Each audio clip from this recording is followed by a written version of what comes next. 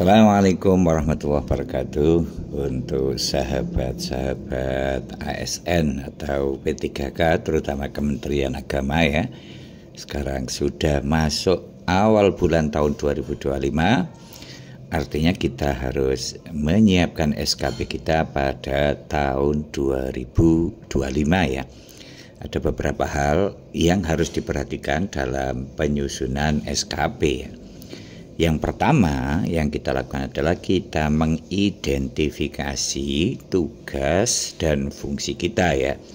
Kita harus beracuan pada regulasi-regulasi ya, seperti kita kebetulan saya sebagai pengawas ya, ada regulasi-regulasi yang harus kita jadikan sumber di dalam menentukan tugas pokok dan fungsinya ya.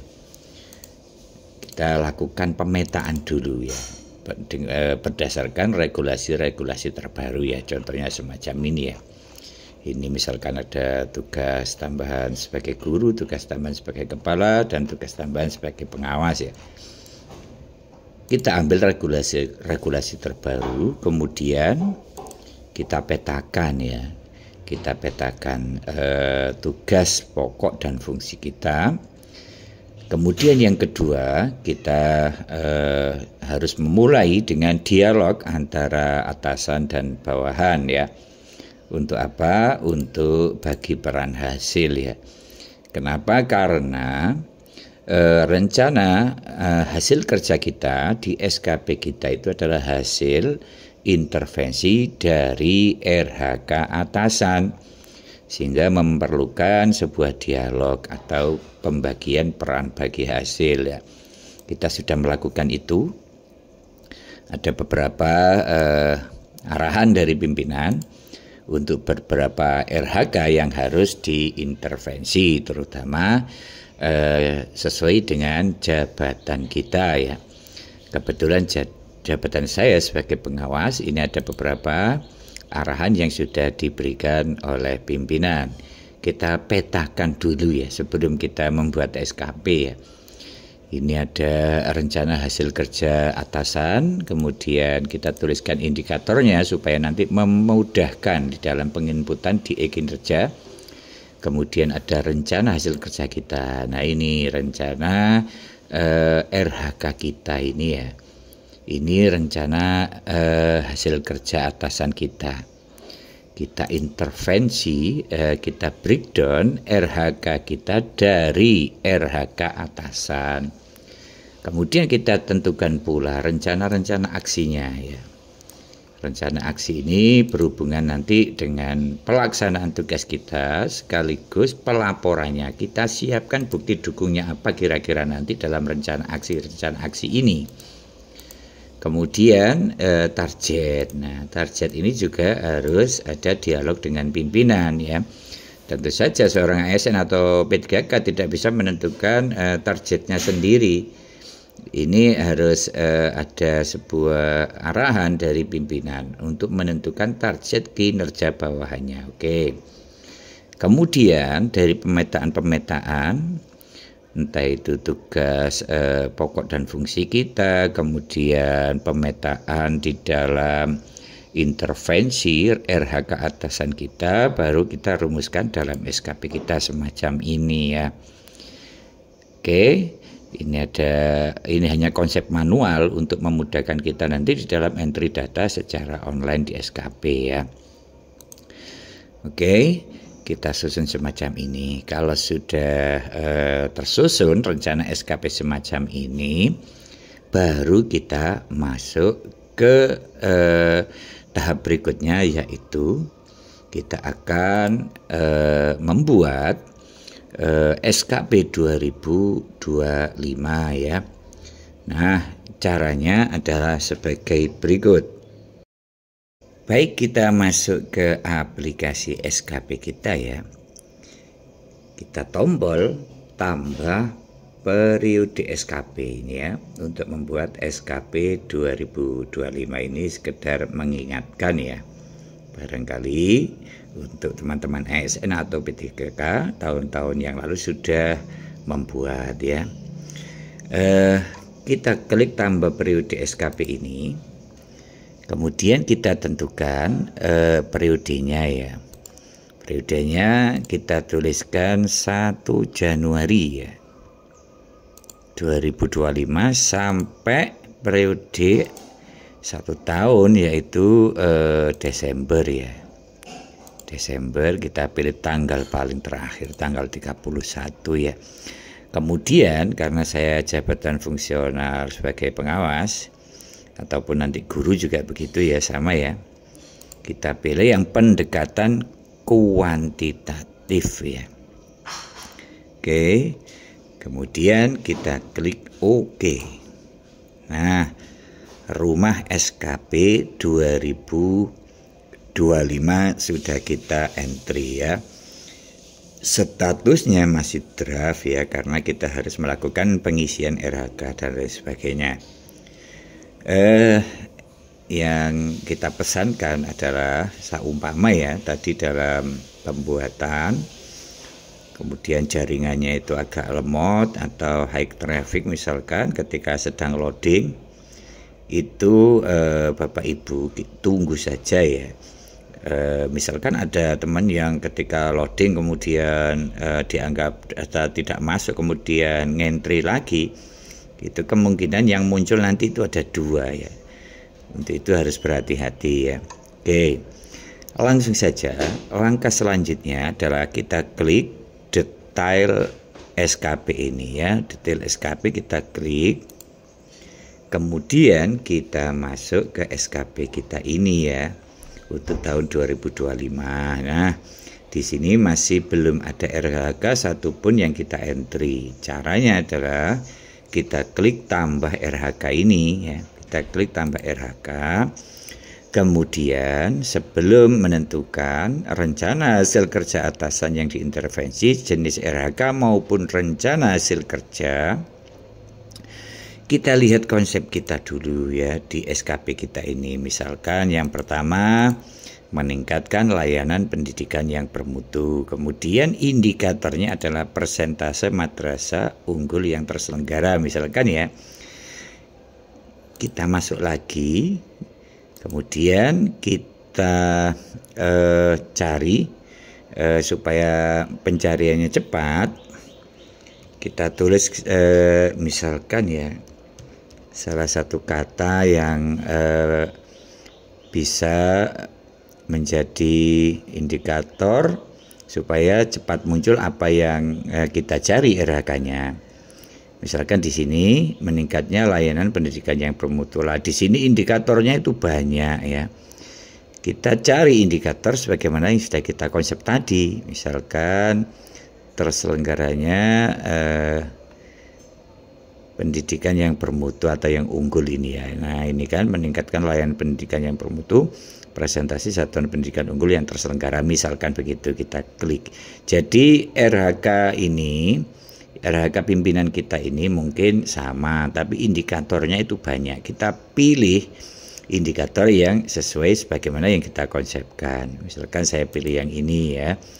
Kemudian jenis RHK kita pilih utama ya. Jadi ada utama, ada tambahan.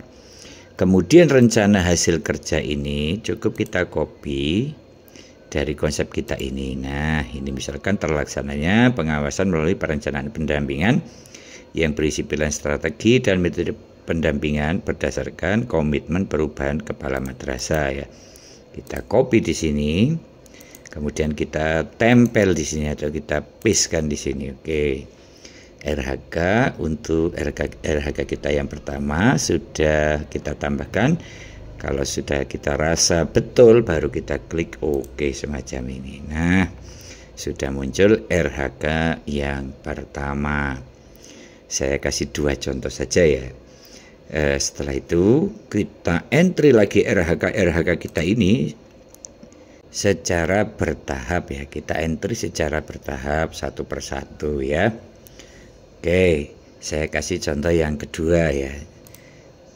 Kita klik lagi tambah RHK ya. Kemudian kita cari RHK kita meningkatkan layanan itu ya. Persentase kebetulan sama ya, kebetulan sama untuk RHK dan indikatornya ya. kita kasih kata kunci bermutu misalkan ya. Oke, ini kan meningkatkan layanan pendidikan yang bermutu. Kita cari indikatornya ya, indikator yang sesuai dengan konsep kita tadi itu, karena sekali lagi RHK 1 tapi beberapa indikator ya. Seperti ini yang saya cari. Kemudian jenisnya utama. Kemudian untuk rencana hasil kerjanya cukup kita kopikan dari sini ya. Biasanya dimulai dari kalimat terlaksananya ya. Oke, kemudian kita pastekan di sini. Kemudian kita klik OK. Nah, 2 RHK sudah kita entry. Nanti RHK yang lain begitu caranya ya. Saya kasih contoh 2 saja biar video ini tidak terlalu panjang. Kemudian kalau sudah semua RHK di entry semacam ini, kita tentukan aspeknya ya. Pada kolom yang ada di kanan ini kita klik tambah indikator. Nah, di sini ada aspek apa? Misalkan yang pertama kuantitas ya. Indikatornya juga tinggal kita copy dari sini, jumlah perencanaan program misalkan seperti ini ya. Tinggal kita pastekan di sini. Kemudian kita isikan targetnya. Misalkan targetnya adalah 1 laporan ya. Tulis saja 1 laporan, kemudian OK. Kita tambah lagi indikator karena ada 3 ya, kuantitas, kualitas, dan waktu ya. Kita cari yang kualitas, kemudian kita pastekan konsep kita tentang kualitas, masukkan persentase kesesuaian perencanaan program pendampingan ya. Kita tempel di sini. Kemudian target kita, kalau kualitas itu kan persentase, misalkan targetnya 95%, kemudian kita klik OK. Kemudian kita tambah indikator lagi ya. Misalkan aspek yang ketiga adalah waktu ya. Oke, kita copy waktu ini. Oke, kemudian kita pastekan di sini ya. Targetnya misalkan 3 bulan ya, karena untuk membuat perencanaan itu cukup di triwulan 1 ya. Kemudian kita klik OK. Nah, untuk RHK yang pertama sudah sempurna. Ada aspek indikatornya. Kemudian ini rencana kerja pimpinan yang intervensi, ini ada rencana kerja kita ya. Kalau misalkan ada kesalahan bisa dilakukan edit ya, kita ubah lagi. Ini begitu juga dengan indikator. Saya kasih contoh yang kedua ya. RHK yang kedua kita klik tambah indikator. Kemudian kita aspeknya yang pertama adalah kuantitas ya. Kita lihat di sini kuantitasnya, kita copy di RHK kita yang kedua secara kuantitas. Kita masukkan ke indikator. Untuk targetnya kita lihat misalkan 5 laporan. Tentu dalam menentukan 5 laporan ini berdasarkan pemetaan ya, karena menyangkut rencana aksi nanti ya. Misalkan kita tulis 5 laporan ya, semacam itu. Kemudian kita klik OK. Kemudian target kualitas yang kedua, kualitas ya. Indikatornya cukup kita copy dari sini, menyangkut persentase ya, karena kualitas itu ya, bukan jumlah tapi kualitas ya. Targetnya mungkin kita samakan 95% ya. Yang terakhir kita tambahkan indikator aspek waktu ya.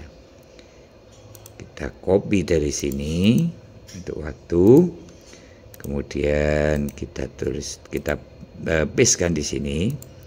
Targetnya misalkan untuk RHK kita yang kedua ini adalah 12 bulan. Kita tuliskan 12 bulan ya. Oke, kemudian kita klik OK. Lakukan itu pada semua RHK kita ya. Kalau sudah selesai, saya kasih contoh 2 ini. Kemudian jangan lupa ya, mengisi lampiran. Nah, mengisi lampiran ini juga harus kita konsep.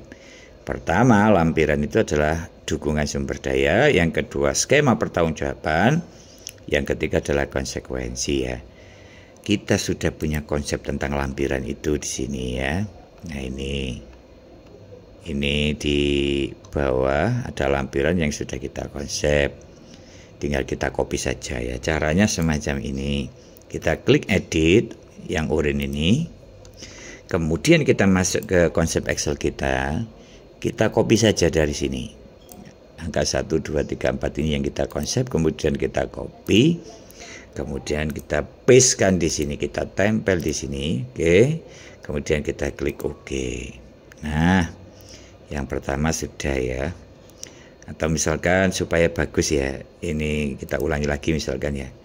Yang kita copy itu tidak usah nomornya, karena nomor itu akan terjadi otomatis ya. Kita copy, kemudian kita blok, kita hapus dulu ya. Kemudian kita pastekan di sini, kemudian OK. Nah, semacam ini ya. Kemudian yang kedua, skema pertanggungjawaban ya. Kita klik edit tadi itu, kemudian konsep kita ini kita copy, nggak usah nomornya ya kalau ngopi. Kemudian kita pastekan di sini, kita klik OK. Yang ketiga, konsekuensi, kita ambilkan dari konsep kita, konsekuensi sini. Kemudian kita kopikan. Kemudian kita pastekan di sini, oke. Kita klik OK, selesai. Oke. Kalau untuk masalah perilaku kerja, ekspektasi khusus pimpinan ini yang mengisi adalah penilai atau pimpinan kita ya. Yang menilai bukan ASN yang bersangkutan atau P3K yang bersangkutan. Ini nanti diisi oleh pimpinan ya. Nah, kalau sudah mengisi RHK, mengisi indikator, dan mengisi lampiran, dan sudah dikoreksi dan ternyata itu sudah kita anggap betul, maka langkah selanjutnya adalah kita ajukan SKP ya. Kita ajukan SKP ini, kita klik, kebetulan milik saya kan belum selesai, hanya masih 2 RHK ya. Kita klik ajukan SKP ini, kemudian statusnya yang mula-mula status draft, ini kan statusnya masih draft itu ya. Kalau kita klik ajukan SKP, maka statusnya akan berubah jadi status pengajuan. Ini akan memberikan informasi, notifikasi kepada pimpinan tentang ajuan kita. Nanti kalau ajuan kita itu sudah disetujui ya, tentu saja status dari pengajuan itu juga akan berubah menjadi disetujui ya. Oke. Untuk pembahasan kita kali ini cukup hanya membuat SKP ya, rumah besar SKP, nanti mengenai proses penguploadan rencana aksi maupun bukti dukung maupun realisasi. Kita tunggu kebijakan yang akan diterapkan, apakah kita masih memakai periode penilaian triwulanan atau langsung tahunan ya. Itu tidak ada masalah. Yang penting untuk Januari ini, sebelum akhir Januari 2025 ini kita usahakan SKP ini sudah jadi, karena idealnya SKP itu memang kita buat di awal bulan Januari ini. Kemudian saran saya dalam pembuatan pemetaan itu juga supaya nanti dalam pengentrian rencana aksi dan bukti dukung tertata, sekaligus kita konsep realisasi dari rencana-rencana aksi ini direalisasikan pada triwulan keberapa. Kalau sistem periode penilaiannya triwulan loh ya, sehingga akan enak sekali ya. Nah, demikian tutorial ini. Mudah-mudahan kita diberikan oleh Allah Subhanahu wa Ta'ala sehat walafiat, sehingga nanti kita akan sambung lagi tutorialnya pada pelaksanaan rencana aksi dan upload bukti dukung pada triwulan 1, 2, 3, 4 maupun tahunan. Mudah-mudahan ada guna dan manfaatnya. Saya akhiri, ihdinas siratal mustaqim, wallahul muwaffiq ila aqwamit thoriq. Assalamualaikum warahmatullahi wabarakatuh.